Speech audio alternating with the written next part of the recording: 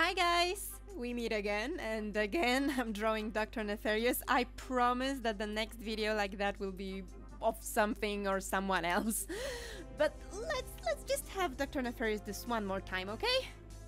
Or actually, should I said Emperor Nefarious. That's right, this time I'm drawing the alternative version of my favorite Ratchet & Clank character. Or actually the alternative version of the alternative version, because I'm drawing Squishy Emperor Nefarious. Ever since I spoiled myself a big chunk of the game because I just needed to Google Emperor Nefarious because someone tweeted that he's hot, don't judge me, my first thought was, well, they were right, and the second thought was, I wonder what he looked like when he was a squishy. Actually, when it comes to think of it, why is he a robot if he never loses? Like, it's his whole thing, right? He never loses. But our Dr. Nefarious became a robot after a big loss. Actually, he didn't plan it, and he didn't show any signs of actually thinking that robots are better or that becoming a robot is actually upgrading yourself. I have a theory that he's not happy that he became a robot against his will, and he just tries to convince everyone and himself that this is better, that's how it was always supposed to be.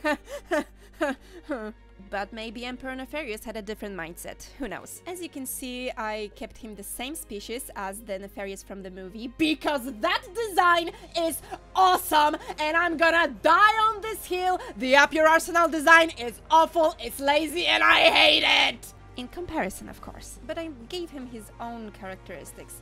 Like, I noticed that in the robotic versions, his bolts on the sides of his head are a bit more crooked downwards, so I made his ears flopped, not like our Nefarious's ears that are pointing up. I'm sorry for my English, I'm really trying to find the right words to describe what I'm doing, but I don't know all the words I should be using. Anyway, I also gave him the more square jaw because he's the hotter version of our Nefarious. He was a little green pointy gremlin made out of triangles. And Emperor has to be like more conventionally attractive and buff. I mean, he's buffer. You can see that he's buffer than our Nefarious, taller and buffer. Once again, I based his outfit on the robotic body that he has. Kinda like it was already done with our movie Nefarious, where his outfit is based on his robotic body, but not fully, like it's also based on the lab coat and a spacesuit, and only his armor parts are like very, very inspired by his body. So I tried to do the same, so I added a cape. I mean, he needed a cape.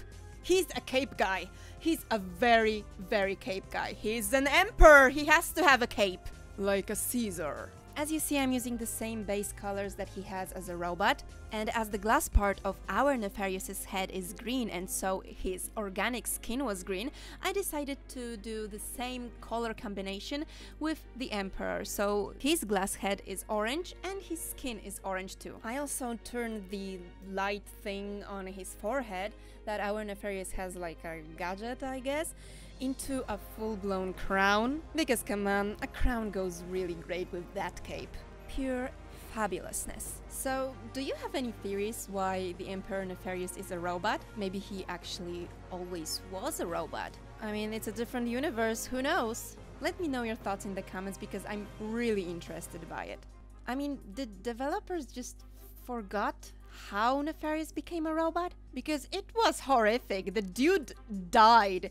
Also, you think that our Nefarious actually has anything organic left in him? Like maybe something out of the brain? Or is he just a copied consciousness, not copied, transported consciousness from the squishy brain by electrical stimulants into a robotic? I mean, the brain works on electricity, so it's not too far-fetched to actually transport his consciousness in some way. I mean, we as a human race don't yet know what consciousness actually is, so we don't know how to trap it. I'm sorry, I'm getting way too far and too deep with this. Let's get back to the drawing. As you've seen, I gave him some spots on his skin because our Nefarious has them, and I just think it's a species thing. Actually, did you notice how many species in Ratchet & Clank have spots on their skin? but the fur-coated species mostly have stripes. Huh. Just a funny thing I noticed. I mean, my main OC Nessa has spots on her fur. I like spots. Sorry for that off-topic ramble. In the meantime, I added Emperor's insignia on the crown and his boot lights, I guess? I don't know how to call it. Actually, funny thing, few videos back I said how much I struggle with drawing boots, but with Emperor Nefarious I had no problem. Maybe because his robotic legs already look a bit like boots, so I had a better reference to use.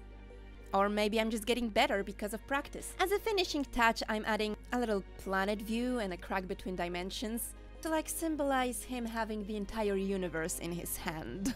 So how do you like my rendition of Organic Emperor Nefarious?